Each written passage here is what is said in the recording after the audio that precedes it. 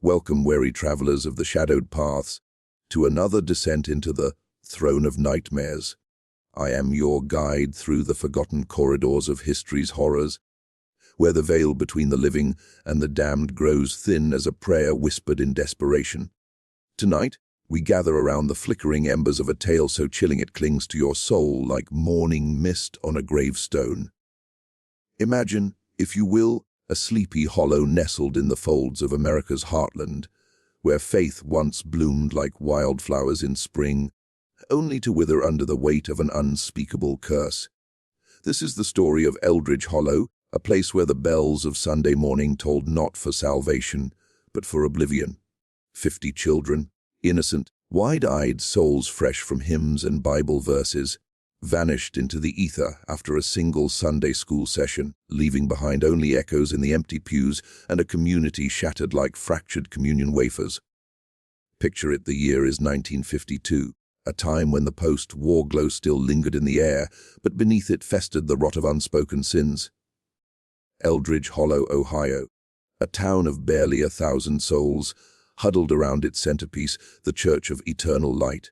Built in 1823 from weathered stone quarried from the nearby hills, this edifice stood as a beacon of piety, its steeple piercing the sky like a finger accusing the heavens. The townsfolk were devout, their lives woven into the fabric of scripture and sermon. Farmers with calloused hands bowed their heads in gratitude for bountiful harvests. Mothers cradled babes while reciting psalms, children scampered through the churchyard, their laughter a counterpoint to the solemn tolling of the bell.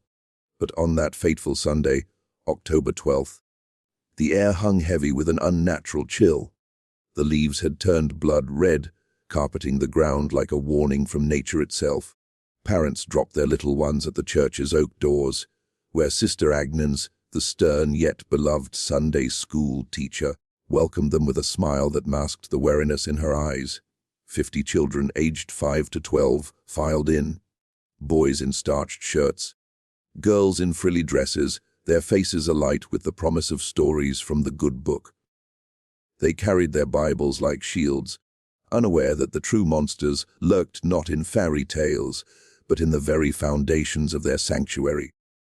As the morning service droned on in the main hall, the children gathered in the basement classroom, a dimly lit chamber with walls adorned in faded murals of angels and lambs. The scent of musty hymnals mingled with the faint aroma of apple cider from the harvest festival the night before. Sister Agnes began her lesson on faith's unyielding power, her voice a soothing cadence. Even in the darkest valley, the Lord is our shepherd. Little did she know, the valley was about to swallow them whole. The clock ticked toward noon, and the parents waited outside, chatting idly about the upcoming Thanksgiving feast. But when the doors creaked open, only silence emerged. No patter of tiny feet, no gleeful shouts. Sister Agnes stumbled out alone, her face ashen, eyes wide with terror. "They're gone," she whispered, her voice cracking like thunder in the still air. "The children, they're all gone." Panic rippled through the crowd like a plague. Fathers barged into the church, mothers clutched their rosaries, screaming names that echoed unanswered through the empty halls. The basement was barren, desks overturned, Bibles scattered like fallen leaves, a single chalk mark on the blackboard reading, "Forgive us our trespasses." No footprints led away, no windows were broken, no doors forced. It was as if the earth had opened its maw and claimed them, a biblical rapture twisted into nightmare. Whispers spread like wildfire. Was it a kidnapper, a madman lurking in the shadows? Or something far worse, a curse from the town's buried past? Eldridge Hollow harbored secrets. You see, legends spoke of a forgotten bloodline, descendants of settlers who desecrated sacred ground in their quest for divine favor. In the 1700s, Puritan zealots had driven out indigenous tribes, burning their altars and claiming the land in God's name. But one shaman, in his dying breath, cursed the invaders. "Your seed shall vanish as ours did, lost to the void between worlds." For generations, the curse lay dormant, a serpent coiled in the soil. Minor oddities plagued the church, candles extinguishing without wind, shadows that danced unnaturally in the moonlight. But nothing prepared them for this. As search parties combed the woods, lanterns bobbing like the wisps, they found nothing but a single shoe, muddied and small, as if dropped from the heavens. Dear listener, lean in closer, feel the chill creep up your spine as we delve deeper.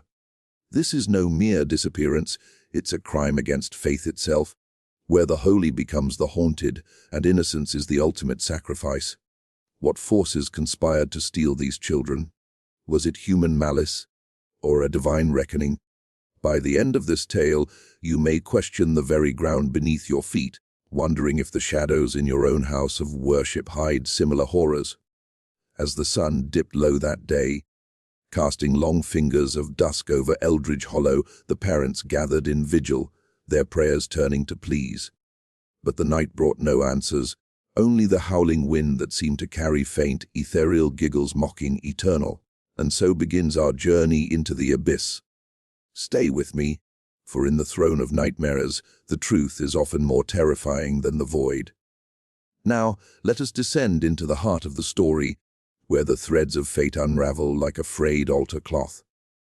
To understand the vanishing, we must first paint the portrait of Eldridge Hollow in vivid, haunting strokes. This was no bustling metropolis, it was a whisper of a town, cradled in the crook of the Appalachian foothills, where the mist clung to the valleys like a shroud. The roads were dirt veins pulsing with the rhythm of horse, drawn carts and the occasional Ford pickup, kicking up dust that settled on everything like forgotten sins. The air smelled of pine and earth, undercut by the faint tang of coal from distant mines, a reminder that beneath the surface beauty lurked darkness, both literal and metaphorical. At the center stood the Church of Eternal Light, a Gothic sentinel with spires that clawed at the clouds.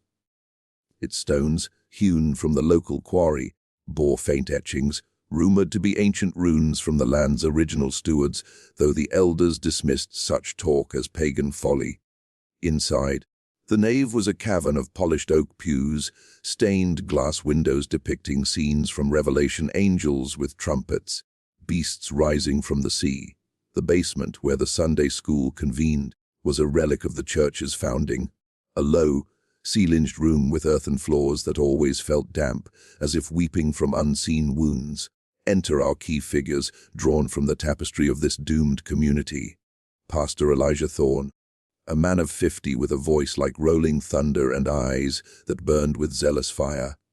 He had arrived in Eldridge Hollow a decade prior, fleeing some unnamed scandal in Boston. Whispers of a lost flock, perhaps, or a crisis of faith. Tall and gaunt, with a beard streaked grey, he preached sermons that alternated between fiery damnation and tender mercy. The Lord tests us, he would intone, to separate the wheat from the chaff. His wife Miriam, a fragile woman with hollow cheeks, rarely spoke, her days spent tending the church garden where roses bloomed blood, red even in winter. Sister Agnes Whittaker, the Sunday school matron, was the heart of the children's ministry. At 62, she moved with the grace of a willow, her silver hair pinned in a severe bun, her dresses modest and starched. Born in the hollow, she knew every family's lineage, every secret buried in the churchyard cemetery. She taught with a gentle firmness, her lessons infused with tales of miracles and morals. Faith is the light in the darkness, she'd say, her voice a bomb. But lately, her dreams had been plagued by visions, shadowy figures circling the church, whispering in tongues unknown. The children themselves were the innocents at the eye of the storm. Little Tommy Hargrove, 8 years old, with freckles like scattered stars and a penchant for asking why the devil fell from heaven. Beside him sat Eliza Mayfield, 10, her braids tied with ribbons, clutching a doll she claimed spoke to her in whispers. There was Samuel, the quiet one, who drew angels with broken wings, and the twins Ruth and Rebecca, whose laughter could light up the gloomiest day. 50 in all, from families both prosperous and poor. The miller's son, the farmer's daughters, the orphan boy taken in by the pastor himself. That Sunday dawned crisp and clear, the kind of autumn morning that promises renewal. The church bell pealed at 9, summoning the faithful. Parents herded their broods to the doors, exchanging pleasantries, fine weather for harvest, or Pastor Thorne's sermon last week was a revelation. The children filed down the creaky stairs to the basement, their footsteps echoing like distant drumbeats. Sister Agnes greeted them with warm hugs, settling them at long tables laden with crayons and construction paper for crafting arcs and crosses. The lesson began with prayer. Our Father, who art in heaven. Their voices rose in unison, pure and unwavering. Then, delving into the story of the lost sheep, Agnes illustrated how the shepherd leaves the 99 to find the one. No soul is ever truly lost to God, she assured them, though a flicker of doubt crossed her face. A premonition, perhaps, of the irony to come. As the clock struck 11, something shifted. The air grew thick, heavy with an unseen presence. The children fidgeted, complaining of a chill that seeped through the walls. Tommy rubbed his arms. It's like ghosts, Miss Agnes. She shushed him gently, but her own skin prickled. Outside, in the main service, Pastor Thorne's voice boomed, and the Lord said, "Suffer the little children to come unto me." Unbeknownst to all, those words hung like a noose, thin, the unthinkable. Agnes stepped out briefly to fetch water from the upstairs font. A mere minute, she later swore. Upon returning, the room was empty. Desks askew, papers fluttering in a breeze from nowhere, the blackboard scrawled with that haunting plea, "Forgive us our trespasses." No screams, no signs of struggle, just absence, profound and absolute. Upstairs, the service ended. Parents milled about, but as minutes stretched, unease bloomed. "Where are the wee ones?" someone asked. Agnes burst from the basement, her composure shattered. "Gone, they're gone." Chaos erupted. Men shouting, women wailing. The pastor, face paling, led the charge below, his lantern casting grotesque shadows on the walls. Searches began immediately. The wood surrounding the church was scarred, every thicket torn apart. Dogs bayed but found no scent. The quarry was dredged, the river dragged. Nothing. By nightfall, the town was a hive of terror, lanterns piercing the dark like accusing eyes. Whispers turned to accusations. Had Agnes done something? Was the pastor hiding a sin, or was it the curse, the old shaman's vengeance, awakened after centuries? As days bled into weeks, strange occurrences mounted. Parents reported hearing children's voices in the wind, singing hymns backward. Shadows flitted in the church windows at midnight. One father, driven mad, claimed to see his daughter in the mirror, her eyes black as coal, mouthing, "Why did you let us go?" The investigation drew outsiders, sheriffs from neighboring counties, even FBI agents with their crisp suits and skeptical eyes. They pored over the basement, finding faint scratches on the floor, as if tiny hands had clawed at the earth. Soil samples revealed anomalies, traces of ancient burial grounds beneath the church, disturbed during construction. But no leads. The children remained lost, their faces plastered on milk cartons and newspapers, fading like ghosts in the public memory. Eldridge Hollow became a pariah town, its residents haunted by guilt and grief. Pastor Thorne's sermons grew frantic, railing against unseen demons. Sister Agnes withdrew, mumbling about the void calling them home. And yet, the true horror was just beginning to unfold. For in the shadows of faith, darker forces stirred, secrets of a bloodline cursed, an institution rotten at its core. Hold your breath, listener, as we venture further into the nightmare. Deeper we plunge, into the churning depths where the narrative twists like a serpent in Eden's garden. The initial shock of the vanishing had gripped Eldridge Hollow like a vice, but as weeks turned to months, the true haunting began. Not of ghosts, but of the living damned by their own suspicions and revelations.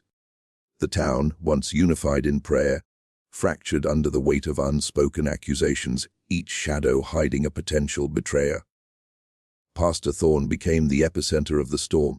In the days following, he barricaded himself in the rectory, poring over ancient tomes borrowed from dusty libraries. His eyes hollowed, his beard unkempt, he muttered about sins of the fathers visited upon the children.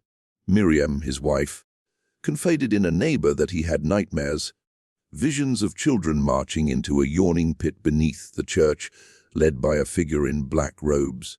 Was it guilt or foreknowledge? Rumors swirled that Thorne descended from the original settlers, his bloodline tainted by that ancient curse. One villager recalled seeing him argue with a stranger weeks prior, a hooded man who vanished like smoke. Sister Agnes, meanwhile, unraveled thread by thread. Confined to her cottage on the church grounds, she refused visitors, her windows curtained against the light. Those who dared approach heard her weeping, reciting verses from Jobby. "My days are swifter than a weaver's shuttle, and are spent without hope." In a moment of lucidity, she confessed to the sheriff, "I felt it that day, a pull like the floor was breathing." The children, they didn't scream. They smiled as if called to paradise.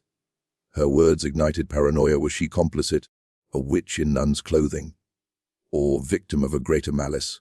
The parents formed vigil groups, patrolling the woods with shotguns and lanterns. One night, under a blood moon, they stumbled upon a clearing. A circle of stones, etched with symbols matching those on the church walls. In the center, a charred Bible, pages turned to Exodus, the plagues upon Egypt. Whispers of satanic rites spread. Had the children been sacrificed in a mockery of faith? As winter cloaked the hollow in frost, supernatural elements intensified. Eliza's mother awoke to find her daughter's doll on the pillow, its eyes sewn shut with thread from the church altar. Tommy's father heard knocking at the door. 3 raps, always 3, but open to emptiness, only a child's handprint frozen on the glass. The church itself became a locus of dread. Candles relit themselves, hymns played on the organ with no player, and the stained glass warped, angels' faces twisting into leers. Investigators delved deeper. Unearthing church records, they discovered anomalies. A hidden chamber beneath the basement, sealed since 1823. Breaking the lock, they found relics, indigenous artifacts, shattered and defiled, a diary from founder Ezekiel Thorne, the pastor's ancestor, confessing to massacring a tribe to purify the land for God's house. "Their shaman cursed us," it read, saying our children would pay the debt in blood and shadow. This revelation exploded like a thunderclap. The curse was real, tied to a vanishing family, the shaman's kin erased from history. Descendants, it seemed, had infiltrated the town, seeking vengeance. Was the hooded stranger one of them? Or had the curse manifested supernaturally, the ground itself claiming the innocents? Conflicts peaked during a town meeting in the church hall. Pastor Thorne, gaunt and feverish, ascended the pulpit. "We have sinned. Our faith was built on bones." Accusations flew. Farmers blamed the pastor's lineage, while others pointed to Agnes's visions as heresy. Fists clashed, blood spilled on holy ground. That night, the church bell tolled unbidden 13 times, the number of the betrayed. Haunting events escalated. Samuel's drawings appeared nailed to trees, depicting children dissolving into mist. The twins' laughter echoed from the quarry depths. One searcher vanished, his body found days later, etched with runes, eyes wide in eternal terror, as spring thawed the earth, a breakthrough, or curse's climax. Digging beneath the church, workers uncovered a cavern, walls lined with child-sized handprints in ochre, a altar stained dark. No bodies but echoes, faint cries, pleading prayers. Pastor Thorne, descending alone, emerged raving, "They're here in the between! The crime against faith was ours!" The town evacuated the church, boarding it up. But the hauntings persisted. Children's apparitions in mirrors whispering, "Join us." Eldridge Hollow withered, families fleeing, leaving ghosts of a community. The 50 remained lost, their fate a void that swallowed hope. Yet, in the silence, a lingering dread. Was this the end, or merely the awakening of something ancient, hungry for more souls? To grasp the full chill of Eldridge Hollow's nightmare, we must unearth the roots, real histories and legends that mirror this tale, blending fact with folklore in a tapestry of terror. For disappearances of children in religious settings are not mere fiction. They stalk the annals of time, whispers of crimes against faith that echo through centuries. Consider the Yemenite children affair, a shadow over Israel's founding in the 1950s. Thousands of babies and toddlers from Yemenite Jewish immigrant families vanished from hospitals and camps, told to parents they had died. Yet many were adopted out to Ashkenazi families, a systemic abduction veiled in bureaucracy. This, crime against faith, shattered communities, fueling legends of state-sanctioned curses where innocence was bartered for a nation's purity. Echoing this, the Canadian Indian residential school system from the 1800s to 1990s forcibly removed Indigenous children from families, placing them in church-run institutions for assimilation. Thousands died or disappeared, victims of abuse, disease, and cultural erasure. Graves uncovered in recent years reveal the horror, mass burials unmarked, a literal burying of sins. Folklore among survivors speaks of spirits haunting the sites, children's cries in the wind, a curse on the colonizers' faith. In the U.S., the Fundamentalist Church of Jesus Christ of Latter-day Saints (FLDS) hides similar darkness. Children have vanished, allegedly to fulfill prophecies of imprisoned leader Warren Jeffs, spirited away in wars of faith. These modern cults blend religion with control, where disappearances are divine mandates, leaving families in ambiguous loss. Biblically, the massacre of the innocents haunts us. Herod's slaughter of Bethlehem's boys to thwart the Messiah, a crime against nascent faith.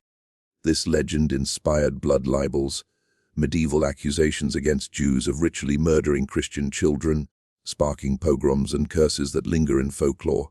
Legends abound, the Pied Piper of Hamelin, who led 130 children into a mountain after the town betrayed him, a metaphor for plagues or crusades, but echoing vanishings tied to broken oaths. In Appalachia, tales of cursed hollows where children disappear into woods, lured by mischievous spirits or vengeful witches. Stoll Cemetery in Kansas, dubbed a gateway to hell, with legends of witches and cursed grounds swallowing souls. Dudleytown, Connecticut, plagued by a family curse leading to madness and vanishings. Catholic scandals add layers, widespread child abuse by clergy, hidden by the church, creating cultural trauma where faith becomes a predator. In Ireland's Magdalene laundries or U.S. boarding schools, children vanished into systems of control, their spirits haunting collective memory. These threads weave into Eldridge's fabric, curses from desecrated lands, like indigenous shamans' vengeance mirroring Appalachian folklore. Institutional betrayals akin to residential schools blend them, and authenticity emerges, eerie, as if history conspires to repeat its horrors.